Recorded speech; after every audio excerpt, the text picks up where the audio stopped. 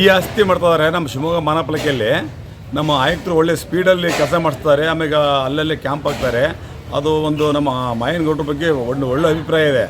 ಆದರೆ ಏನಪ್ಪ ಅಂದರೆ ಶಿವಮೊಗ್ಗ ಮಹಾನಗರಪಾಲಿಕೆಯಲ್ಲಿ ಕೆಲವೊಂದು ಅಧಿಕಾರಿಗಳು ಈ ಆಸ್ತಿ ಮಾಡೋಕೆ ಬಂದಾಗ ಖಾತೆ ಕಂದಾಯ ಫಿಕ್ಸೇಷನ್ ಆಗಿರುತ್ತೆ, ಆಮೇಲೆ ಪತ್ರದಲ್ಲೂ ಕರೆಕ್ಟ್ ಇರುತ್ತೆ. ಕಂದಾಯ ಫಿಕ್ಸೇಷನ್ ಮಾಡಿದ್ಮೇಲೆ ಮತ್ತೆ ಯಾಕೆ ಇವರು ಟೇಪ್ ಹಿಡಿಬೇಕು ಅಲ್ಲಿ? ಆ ಟೇಪ್ ಹಿಡಿಯೋ ವಿಚಾರದಲ್ಲಿ ಹೋಗಿ ನಾಗರಿಕರಿಗೆ 5,000 10,000 ಡೀಲ್ ಇದು ವ್ಯವಹಾರ ಮಾಡೋಕ್ಕೆ ಹೊಂಟಿದ್ದಾರೆ. ದಯಮಾಡಿ ಆಯುಕ್ತರು ಇದ್ರ ಬಗ್ಗೆ ಸೂಕ್ತವಾದ ಕ್ರಮ ತಗೊಬೇಕು, ಅವರಿಗೆ ಗೈಡೆನ್ಸ್ ಕೊಡ್ಬೇಕು. ನೀವು ದಯಮಾಡಿ ಕೈ ನೋಡ್ಬೇಕು. ಕಂದಾಯ ಫಿಕ್ಸೇಷನ್ ಮಾಡಿದ್ಮೇಲೆ ಮತ್ತೇನು ಹೋಗ್ಬೇಕಲ್ಲ ಅವರು ಟೇಪ್ ಹಿಡಿಯೋಕ್ಕೆ. ಸರ್ ಇದು ತಪ್ಪು ಅಂತ ನನ್ನ ಅನಿಸಿಕೆ. ಇದು ಸಾರ್ವಜನಿಕರು ಇದ್ರ ಬಗ್ಗೆ ಭಾಳ ನೊಂದ್ಕೊತಾರೆ.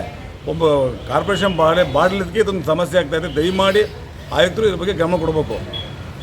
ಒಂದು 20-30 ಸೈಟ್ ಇರುತ್ತೆ. 20-30 ಸೈಟಲ್ಲಿ ಒಂದು ಡೂಪ್ಲಸ್ ಮನೆ ಕಟ್ಟಿರ್ತಾರೆ. 6 ಚದರ 9 ಚದರ 10 ಚದರ ಕಟ್ತಾರೆ.